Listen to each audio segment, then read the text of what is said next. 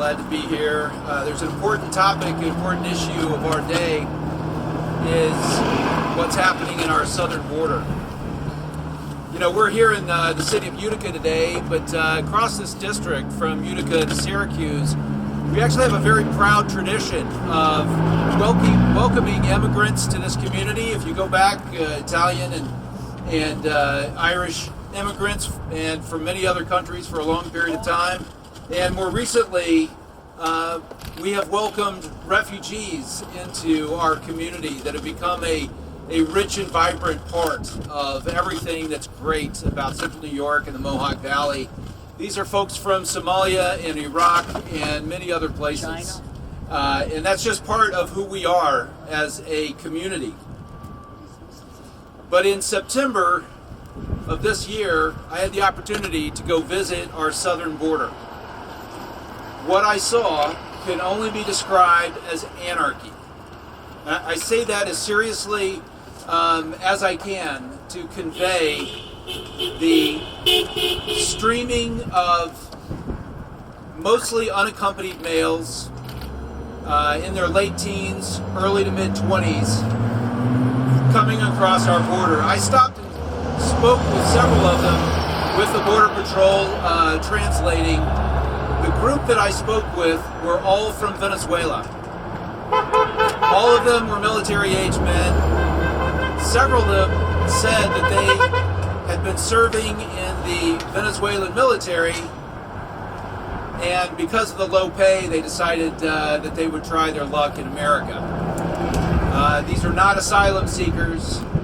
We don't know exactly what their motivation is, but since Joe Biden took office, more than 8 million of these crossings have happened. Unprecedented in American history, an order of magnitude greater than anything that we've experienced in our nation. And when you see it in person, and you see people crossing over the Rio Grande, meeting the razor wire, and finding ways to cross that last few feet into our country, the only word is anarchy. And the border is completely controlled by the cartels. They decide who and when and where and what the cost is for each of these migrants to come across. And they do this in a strategic way where they funnel these migrants to one place so that all of the Border Patrol and law enforcement resources are required to be in that one place to process this flood of humanity. And they do this intentionally, because when the Border Patrol is completely tied up in this one place, the rest of the border is open. And this is where the cartels are allowing their people that don't want to be caught and have any kind of interaction with American law enforcement, that's where they are going. So all of this is strategic. There have been hundreds of people on the terrorist watch list who have been apprehended. Hundreds. That should concern all of us, but what should concern us even more is that these are just the ones that have been caught. They know that there are literally hundreds of what are known as gotaways every single day. We don't know who they are, we don't know where they are, and we don't know why they're here. But they're here in our country today. So anarchy is the only thing that describes it. I spoke with Border Patrol and law enforcement, and they are overwhelmed. They're unable to complete their mission of securing our border. Local law enforcement, they say that the danger has gone up exponentially, not only for their communities, but for themselves, because they are so strained and stressed, and there is just simply not enough to maintain law and order at the border. Today in Central New York and Mohawk Valley, we have a fentanyl crisis. And that fentanyl is coming across our southern border.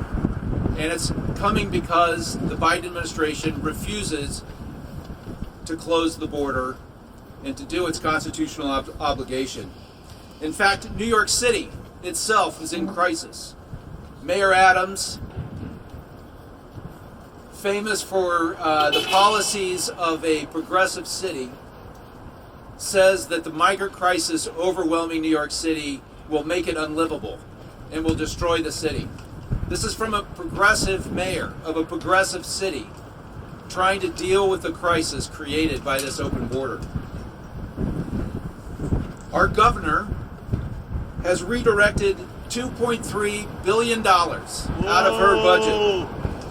This is taken away from the citizens and taxpayers of this country just to deal with the crisis that the Biden administration and an open border has caused. In fact, as you have seen, these migrants are allowed to attack police officers without consequence and to walk scot-free, to leave town with money provided by Governor Hochul to seek asylum elsewhere. And this is absolutely outrageous. There's no amount of talking points that is going to undo this kind of crisis. Action has to be taken.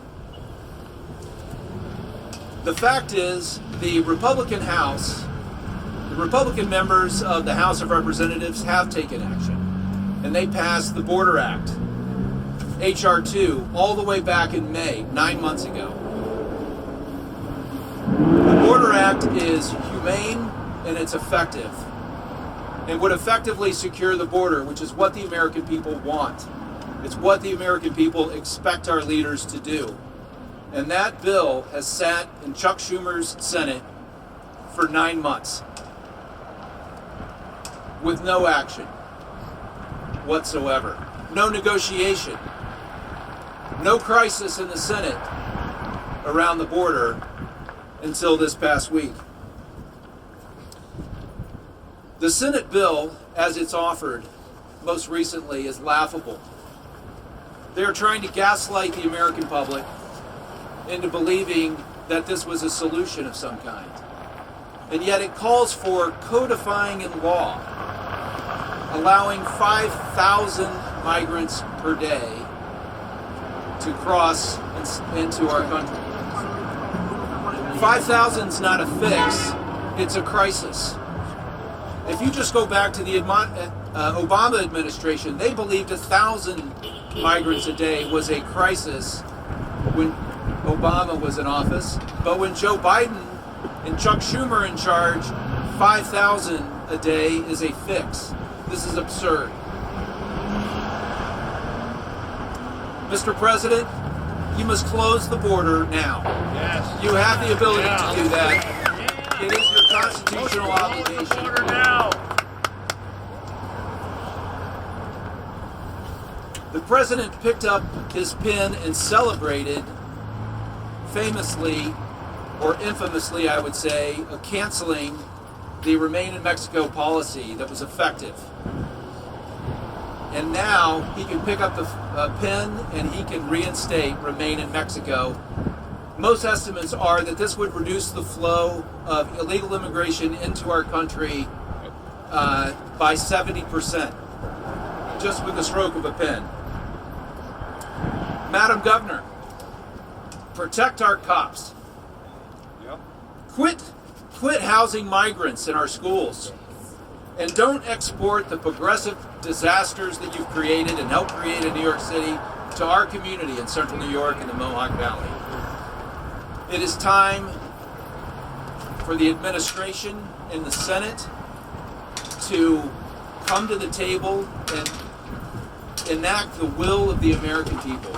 The overwhelming will of the American people is that we secure our border. And that's what I am working on in Congress. That's what I'm calling on our President and Senate to do. And that's what I'm asking our governor to stop giving away free stuff that is overwhelming the city of New York and our state and our budget to the detriment of the rest of the citizens that live here and pay taxes here. I thank you for your fellow citizens, the patriots that actually care enough about this issue to come out on a cold, blustery day and draw attention to it. And it's going to take a lot of courage to stand up and do the right thing. The American people want our border secure. Amen. And that needs to happen today. Thank you very much. Amen.